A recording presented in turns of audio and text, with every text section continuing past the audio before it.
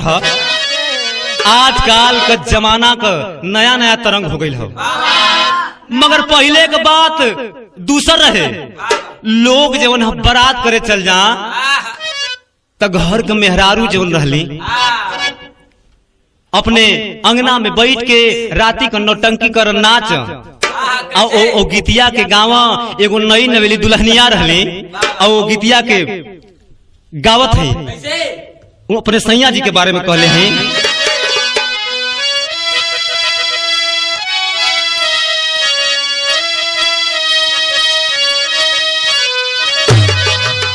और रेलिया पे चढ़ी के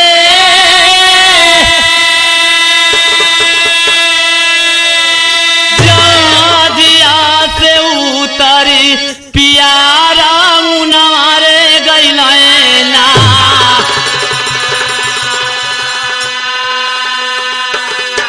और रेलिया पे चढ़ी के जहाजिया से उतरी पियारा मुनारे गइला ना।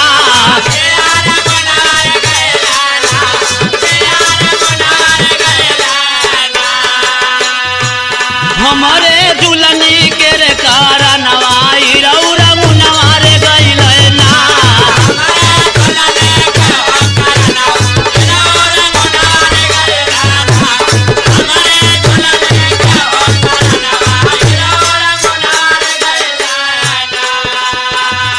और गाँव जा का कहा रेलिया ना बायरी जा जिया ना बैरी हई पाई सवारे बैरी ना।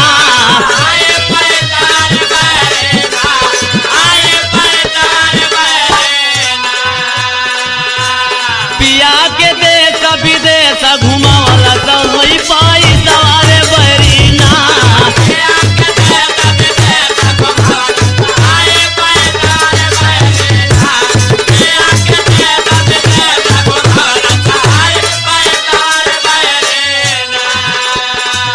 सासनाई बायरी ननादी ओ न बैरी हई जावन यार बैरी ना।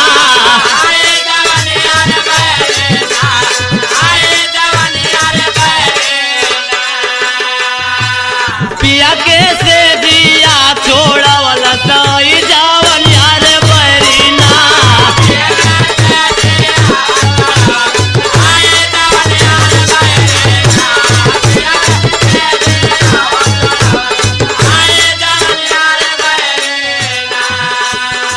कमर पर हाथ रख के गावत है का आँख नाही बायरी कजारा वाना बैरी मोरा झूलन यार बैरी ना।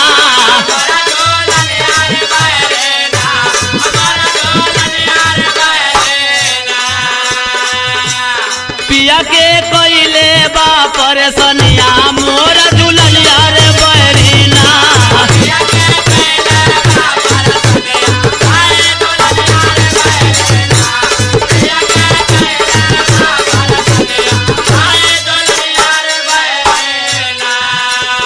पहले का जमाना का पुरनिया खड़ा भइली कहनी कि तोर गावे नहीं के आओ तमन का जमाना में बड़ा बढ़िया से करा के गाव जा। अच्छा कैसे गावा रेलिया पे चढ़ के जा हाजिया से उतरी पुतरी तो अकेले के ना।